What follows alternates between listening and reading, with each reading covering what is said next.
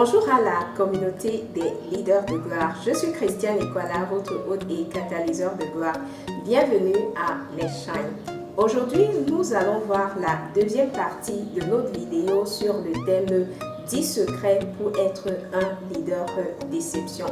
On rappelle, dans la première vidéo, il nous a été dit que pour être un leader de déception, le premier secret, c'était de connaître Dieu. Le second secret, c'était de connaître son identité personnelle. Le troisième secret, c'était de connaître son appel et sa mission de vie. Le quatrième secret, c'était de connaître, de comprendre l'appel des autres. Et le cinquième secret, c'était de rendre témoignage des autres leaders. Aujourd'hui, nous allons voir les 5 autres secrets pour être un leader déception. Restez connectés et ensemble, regardons la vidéo. Le 6e secret pour être un leader déception tiré de la vie de Jean-Baptiste. Un leader déception n'a pas peur de présenter ses limites. Il n'a pas peur de montrer à ceux qui le suivent qu'il y a quelque chose de plus grand que lui, qu'il y a quelque chose de supérieur à ce que lui il offre.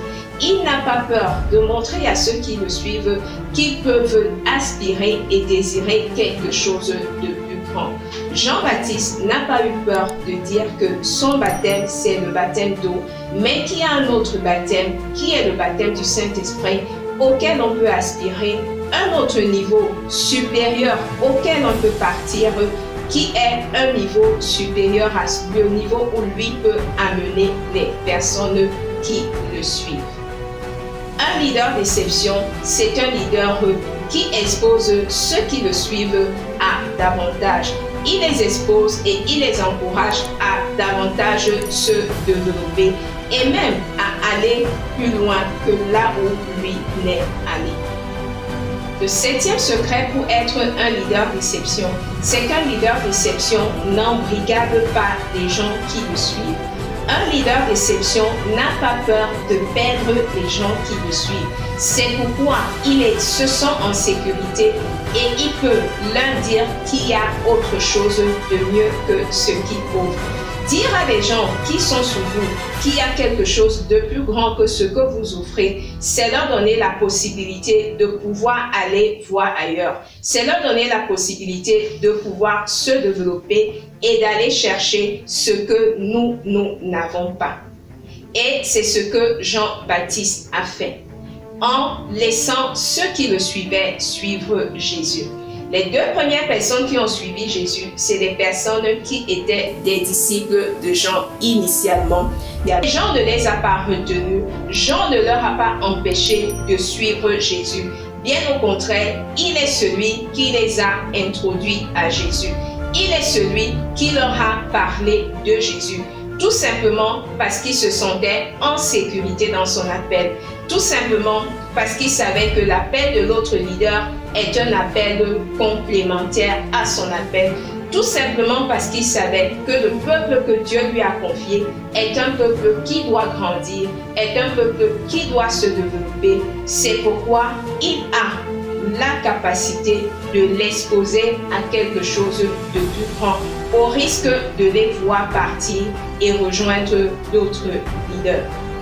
Le 8e secret pour être un leader déception tiré de la vie du prophète Jean, c'est qu'un leader déception n'est en compétition avec personne et ne se laisse pas entraîner dans des conflits d'influence.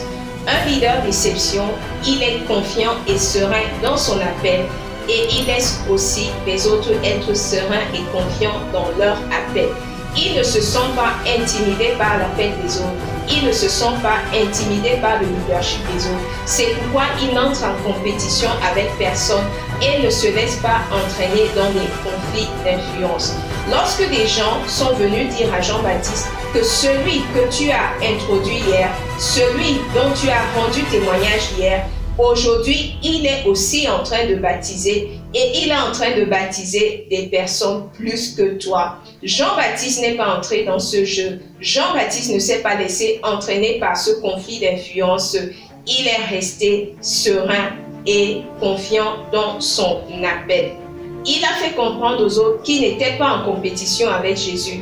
Il a fait comprendre aux autres qu'ils n'avaient même pas besoin d'être en compétition avec Jésus parce que chacun était tout simplement en train d'accomplir son appel.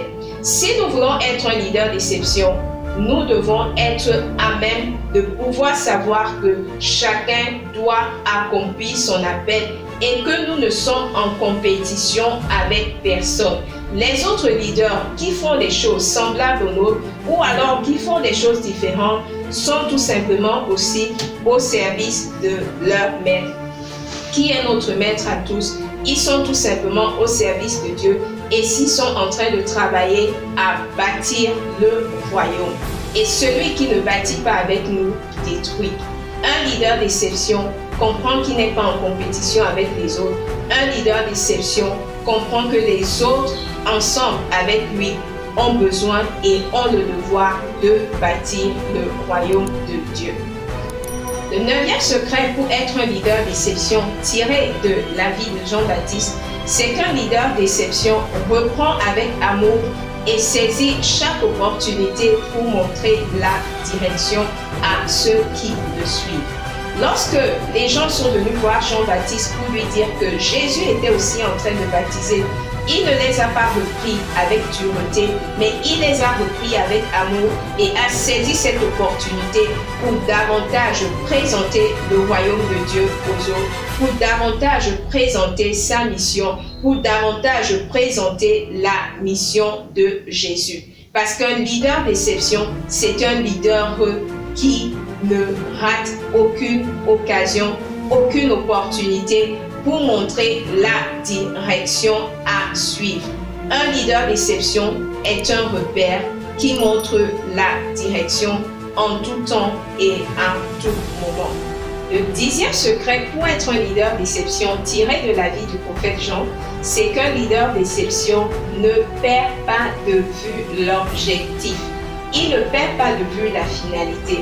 Il sait que l'objectif, c'est le royaume de Dieu. Il sait que l'objectif, c'est la vie éternelle.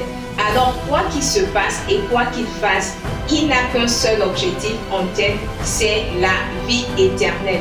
Et la vie éternelle, c'est tout simplement que le peuple de Dieu connaisse Dieu et connaisse celui qui l'a envoyé, à savoir Jésus-Christ. C'est pourquoi il ne manque pas d'occasion de présenter Jésus-Christ à ceux qui conduisent. Parce qu'il n'a qu'un endroit où les conduit, c'est vers le Père. Il n'y a qu'un lieu dans lequel il doit les conduire, c'est au Père. Il n'y a qu'une seule personne vers laquelle il doit les conduire, c'est le Père au travers de Jésus-Christ. Le texte qui a inspiré l'édition d'aujourd'hui se trouve dans l'évangile de Jean, du 1er au 3e chapitre du livre de Jean. Nous vous encourageons à les lire et à aller encore plus en profondeur pour découvrir les secrets pour être un leader d'exception comme Jean l'a été.